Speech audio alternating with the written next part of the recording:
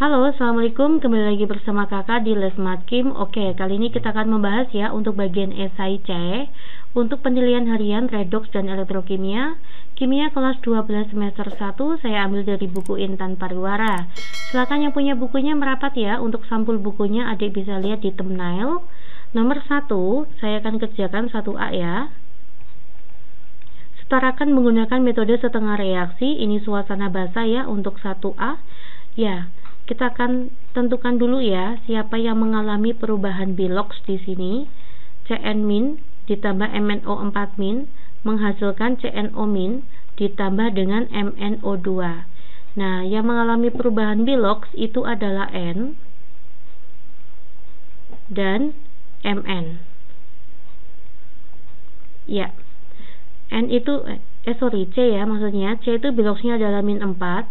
-4 tambah berapa biar -1, maka N di sini adalah +3. Lalu di sini C itu adalah -4, O itu golongan 6, maka -2.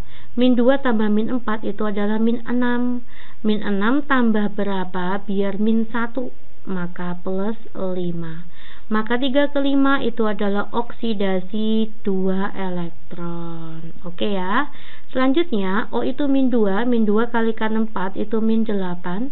-8 tambah berapa biar -1, maka +7.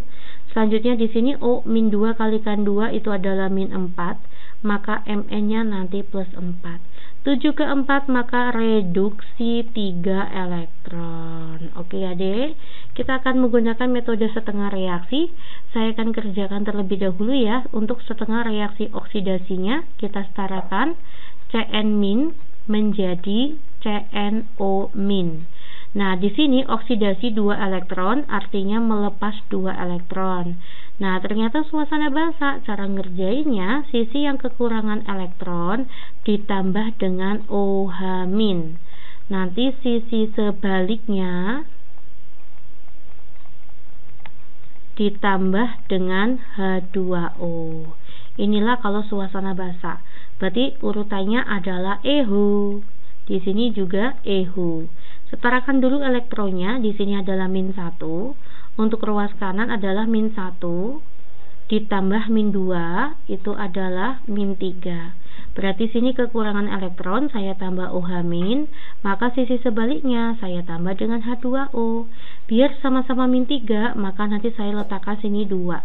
2 kali -1 itu kan -2. -1 tambah -2 itu -3. Dari penambahan jumlah jumlah OH- ketemulah jumlah H-nya. Jumlah H-nya itu 2 ya. Maka ruas kanan juga wajib 2. Maka sini koefisiennya 1. 1 kali 2 kan 2. Nah, jumlah oksigennya berapa? Oksigennya 2. Ruas kanan juga oksigennya 1 tambah 1, 2. Oke, untuk oksidasi sudah setara, kita masuk yang reduksi, maka nanti MnO4- menjadi MnO2. Di sini dia reduksi 3 elektron, maka saya tambah 3 elektron, maka nanti sini elektronnya adalah -4 muatannya, -1 tambah -3. Sini muatannya itu adalah 0. Sisi yang kekurangan elektron saya tambah dengan OH-, sisi sebaliknya saya tambah dengan H2O. Biar sama-sama -4, maka OH-nya saya kasih 4. Kan muatannya jadi sama. Dari penambahan OH- nanti kita akan cari H. Di sini H-nya ada 4. Maka ruas kanan juga wajib 4, maka nanti sini koefisiennya 2. 2 kali 2 kan jadi 4. Lalu oksigen 4 ditambah 2 itu 6. 2 ditambah 4 itu 6. Sudah setara semuanya. Setelah udah setara tinggal kita kalikan silang. Yang dikalikan silang itu elektronnya ya. Di sini 2, di sini 3. Maka saya kalikan silang, nanti sini kita kali 3, di sini kita kali 2. Ya, begitu ya caranya ya. 3 dikalikan Cn-, maka nanti 3 Cn- ditambah 2 kalikan MnO4-, maka nanti 2 MnO4-. Terus 3 dikalikan 2 OH-, maka nanti 6 ya dek. 6 OH- ditambah dengan 4 H2O. Dari sini 2 kalikan 2, lalu menghasilkan 3 CnO-, ditambah dengan 2MnO2 ditambah dengan 3H2O ditambah dengan 4 kalikan 2 8 8OH-. Yang sama boleh kita coret ya. Di sini 6OH- hilang, di sini 8-nya sisa 2. Lalu di sini 3H2O-nya hilang, di sini sisa 1. Ya, sudah setara ya, Dek. Kita lanjut ya ke soal nomor 1B. Di sini ada MnO4- ditambah dengan C2O4 menghasilkan MnO2 ditambah dengan CO3 Mn ke Mn, C ke C. Ya, O itu -2 kalikan 4 itu -8, -8 tambah berapa biar -1, maka plus 7. Selanjutnya O itu -2 kalikan 2 -4, maka Mn-nya itu adalah plus 4. 7 ke 4 maka reduksi 3 elektron. Selanjutnya O itu 4 kali -2 ya, itu -8, -8 ditambah berapa biar -2, maka plus 6. Plus 6 nanti dibagi 2, di sini ada plus 3. Ya, di sini O kalikan -2 itu -6, -6 tambah berapa biar -2, maka plus 4. 3 ke 4 nanti adalah naik 1 atau oksidasi 1 elektron, tapi adik perhatikan di sini C-nya 2, lah kok sini C-nya 1, saya kalikan 2 dulu. Yang mengalami perubahan belok itu jumlahnya wajib sama. Karena dikali 2, maka perubahan beloknya juga saya kali 2. Begitu caranya, ya. Yuk, kita akan menggunakan metode setengah reaksi. Oke, kita kerjakan satu-satu ya. Untuk setengah reaksi reduksi terlebih dahulu. Ada MnO4- menjadi MnO2. Di sini reduksi 3 elektron, maka saya tambah sini 3 elektron. Lalu kita lihat ya, ini dalam suasana asam.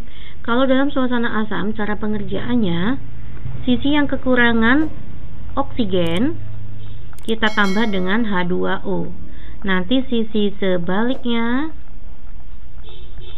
ditambah dengan H+. Oke ya. Di sini urutannya itu adalah OH. Kalau tadi basa itu EHO ya. Ini kita urutannya OH. Di sini oksigennya 4, di kanan oksigennya 2. Nah, sisi yang kekurangan oksigen kita tambah dengan H2O, sisi sebaliknya ditambah dengan H+. Agar oksigennya sama-sama 4, maka saya tambah 2 ya. Ini 2 kalikan 1, itu kan adalah 2, maka oksigennya sama-sama 4. Selanjutnya, dari penambahan H2O, kita ketemu jumlah H-nya adalah 4. Maka ruas kiri itu juga wajib 4 ya, kita masukkan sini 4. Selanjutnya elektronnya ini adalah -1 ditambah -3 itu -4, -4 tambah plus 4 itu adalah 0. Ruas kanan juga ya, ini muatan bebas 0, ini juga 0. Ya, sudah setara. Kita akan kerjakan setengah reaksi oksidasi. Ada C2O4 menjadi 2CO3 ini ya. Oke. Ternyata dia melepas 2 elektron. Saya tambahkan sini 2 elektron. C-nya 2, C-nya 2, O-nya 4, sini O-nya berapa? 2 kalikan 3, 6 ya. Belum setara ya. Sisi yang kekurangan oksigen saya tambah dengan H2O. Sisi sebaliknya saya tambah dengan H+. Biar oksigennya sama-sama 6, maka saya tambahkan sini 2. 4 tambah 2 itu kan 6. Lalu H-nya 4. Nah, ini H-nya, maka saya kasih 4. Elektronnya -4 ditambah -2 itu -6. -6 ditambah plus 4 itu -2. Ruas kiri juga -2. Sudah setara ya. Oke, setelah itu kita kalikan silang. Kita lihat di sini ada 3 elektron, di sini ada 2 elektron, maka saya kalikan 2, di sini kita kalikan dengan 3. Nah, kita akan kalikan ya. MnO4- dikalikan 2, maka menjadi 2 MnO4- ditambah dengan 3 C2O42- ditambah dengan ini 8H+, ditambah dengan 2 kalikan 3 itu 6, 6H2O menjadi, ini koefisiennya 2 ya, 2MnO2 ditambah dengan 3 kalikan 2 itu 6 6CO3 2-, 2 kalikan 2 itu 4 4H2O ditambah dengan 3 kali 4 itu 12 12H+. Yang sama boleh kita coret ya. Ini ada 8H+, di sini ada 12H+, maka nanti sini sisa 4. Lalu di sini ada 4H+, di sini 4H2O ya. Maka nanti sini koefisiennya bersisa angka 2. Oke ya Dek, ini sudah setara. Semoga kalian paham. Kita lanjut ya ke soal nomor 2. Diketahui reaksi redoks Ni ditambah 2Ag+ dan seterusnya ya. Pertanyaannya, gambarkan reaksi sel volta, rangkaian sel volta berdasarkan reaksi di atas. Kita lihat ya di sini ya. Ada Ni ditambah dengan 2Ag+ menghasilkan Ni2+ ditambah dengan 2Ag. Nah, sini kita lihat ya, Ni itu biloksnya 0, Ni2+ ini biloksnya adalah 2, maka mengalami oksidasi. Lalu di sini Ag+ biloksnya 1, lalu ke kanan ini Ag biloksnya 0, maka +1 ke 0 mengalami reduksi. Ya, jadi yang mengalami oksidasi itu adalah Ni, sedangkan yang mengalami reduksi itu adalah Ag. Nah, karena Ni mengalami oksidasi, maka Ni berada di anoda. Anoda itu mengalami oksidasi ya, maka dia berada di katoda. Nah, gambar sel voltanya itu adalah seperti ini. Rangkaian voltanya ya. Ini adalah jembatan garamnya. Oke, lalu saya buat di sini. Misalkan ini adalah katoda. Misalkan ini adalah anoda. Maka katodanya kita menggunakan Ag, anodanya kita menggunakan Ni. Lalu ada rangkaian voltanya seperti ini ya Dek. Nah, kayak gini. Nah, karena ini menggunakan Ag, maka larutan elektrolitnya juga harus mengandung Ag. Misalkan saya akan membuat sini larutannya adalah AgCl. Selanjutnya, di sini karena elektrodanya adalah nikel atau Ni, maka saya akan menggunakan Ni juga ya. Misalkan saya buat NiCl2, begitu guys. Oke ya, ini adalah jembatan garam, ini jembatan garam. Ya, begitu ya. Inilah rangkaian voltanya. Oke. Lanjut, saya akan tulis untuk poin B, tuliskan diagram sel volta. Untuk diagram sel volta atau notasi sel, yang di kanan itu reduksi, reduksinya itu punyanya si Ag ya, katoda mengalami reduksi, maka nanti Ag+ menjadi Ag, oksidasinya itu adalah Ni menjadi Ni2+. Inilah notasi selnya. Next, kita masuk ke soal nomor 3. Diketahui reaksi sel berikut. Urutan logam-logam tersebut berdasarkan daya pereduksi. Daya pereduksi itu sama saja reduktor ya. Maka diurutkan reduktor terkuat. Reduktor itu logam atau unsur yang mengalami oksidasi. Reduktor adalah zat yang mengalami oksidasi. Nah, sekarang saya akan urutkan terlebih dahulu ya. Kita lihat di sini ada yang nilainya positif, ada yang nilainya negatif, ada yang SL-nya nilainya positif. Kalau nilainya positif itu artinya spontan. Kalau yang nilainya negatif maka tidak spontan. Ya, kalau misalkan reaksinya spontan maka artinya nanti urutannya yang mengalami reduksi itu di kanan, yang mengalami oksidasi itu adalah di kiri. Tetapi kalau tidak spontan dibalik, yang mengalami oksidasi di kanan, yang mengalami reduksi di kiri. Sekarang kita cek ya, langkahnya kita akan mencari SL yang paling besar, yaitu ini, plus 1,63. Kita lihat siapa yang mengalami reduksi. Q itu 0 ya, biloksnya ya. Saya akan menggunakan warna merah. Q itu 0. Sedangkan Q2+ ya nanti 2+. Maka nanti yang mengalami oksidasi itu adalah Q karena biloksnya naik. Maka Q-nya di kiri. Otomatis nanti R-nya mengalami reduksi ya. R2+ menjadi 0. Nah, di sini ada R. Ya, paham ya? Saya buat di sini. Nah, di sini ada R, di sini ada Q. Lanjut, Setelah itu kita akan mencari yang ada hubungan Q dan R. Ini ada Q nih. Maka kita akan buat untuk persamaan redoks yang ke-1. Ini bernilai positif, maka nanti spontan. Kalau spontan, maka nanti oksidasi yang di kiri, reduksi yang di kanan. Kita lihat ya, oksidasinya siapa? Yang mengalami oksidasi adalah P. P menjadi P+, biloksnya naik. Maka oksidasinya P, reduksinya di sini adalah Q, ya. Q2+ menjadi Q. Artinya Q di kanannya P.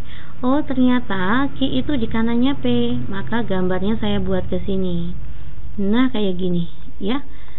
Q di kanannya P. Begitu, guys. Selanjutnya, kita lihat yang terakhir yaitu ini ya. Ternyata tidak spontan. Siapa yang mengalami reduksi, siapa yang mengalami oksidasi? P-nya di sini mengalami oksidasi. Maka oksidasinya kita letakkan di kanan ya, karena dia tidak spontan. Nah, di sini S+ menjadi 0 mengalami reduksi, maka S-nya di sini. Caranya membaca P di kanannya S.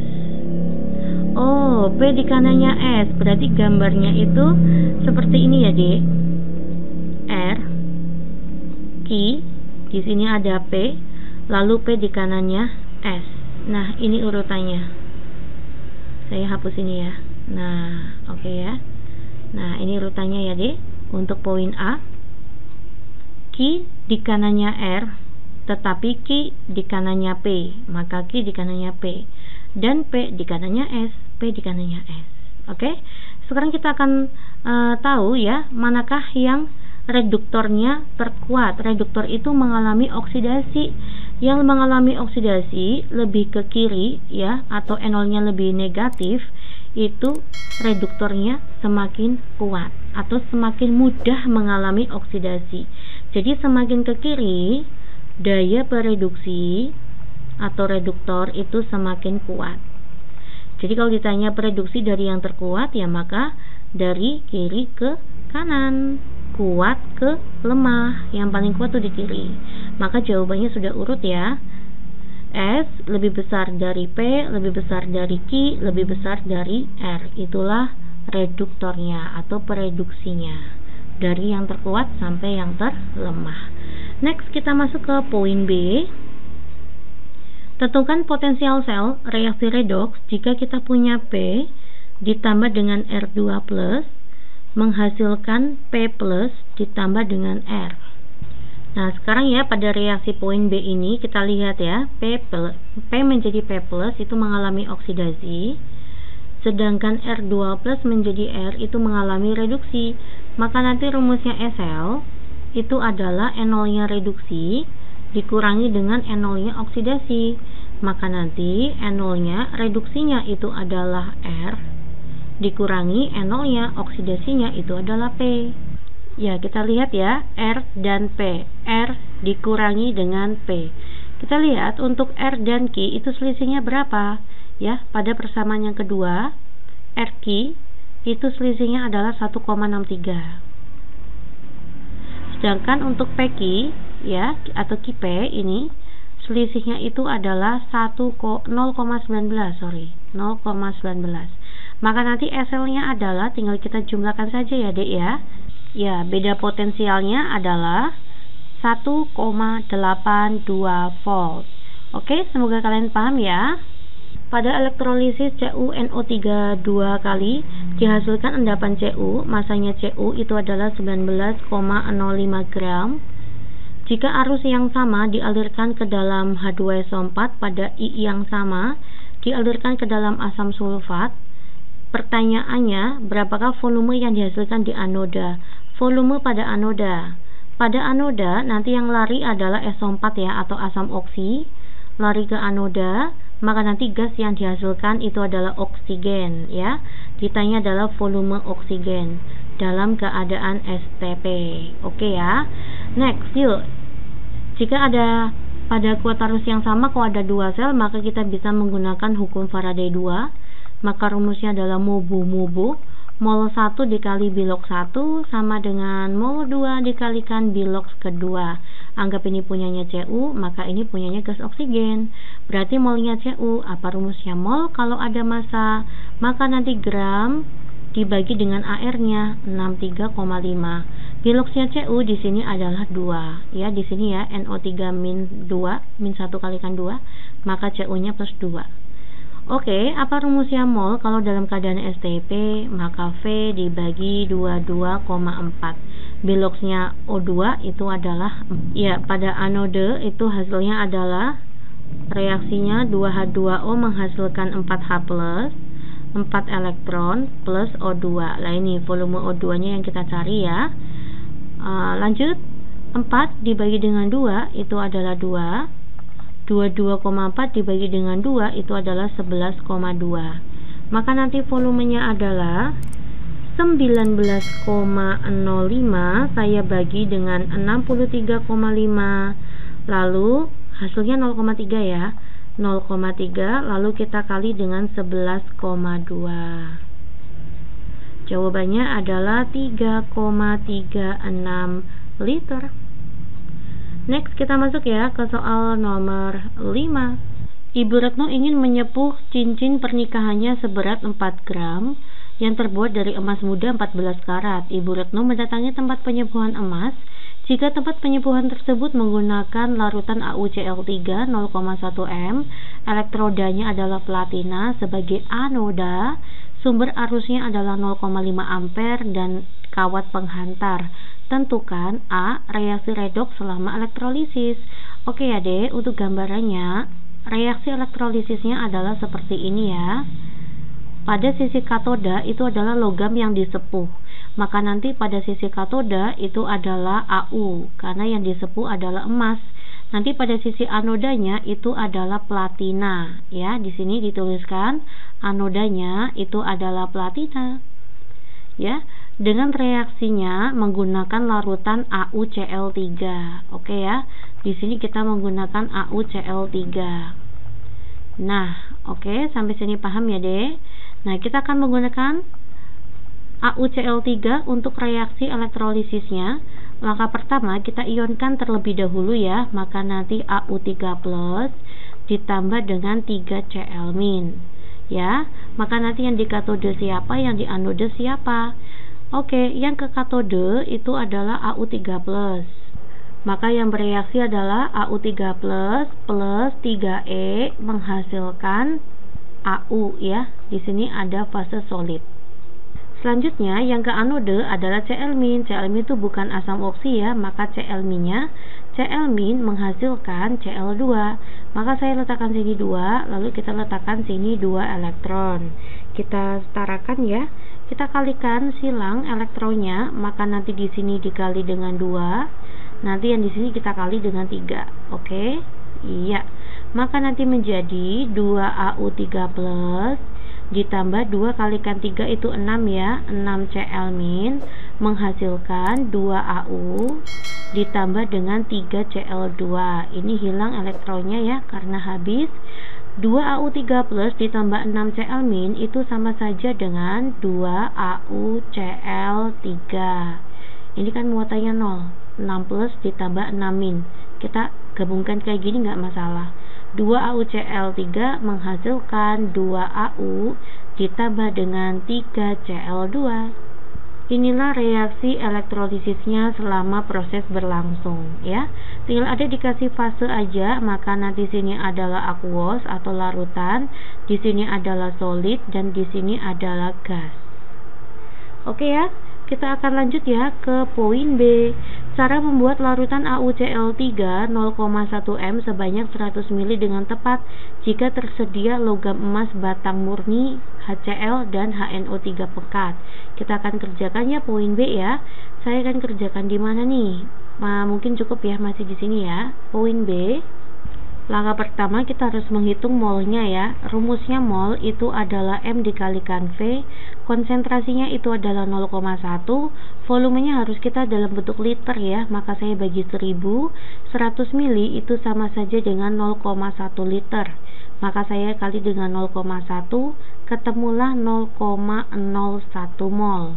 Dari reaksi elektrolisis yang sudah kita peroleh ya kayak gini, 2AuCl3 menjadi 2AU ditambah dengan 3Cl2. Ini kan AuCl3 nya sudah kita peroleh 0,01 mol. Nah, berarti molnya AU berapa? Maka 2 per 2 dikali 0,01, maka molnya sama ya, 0,01 mol. Setelah itu kita bisa mencari masanya AU.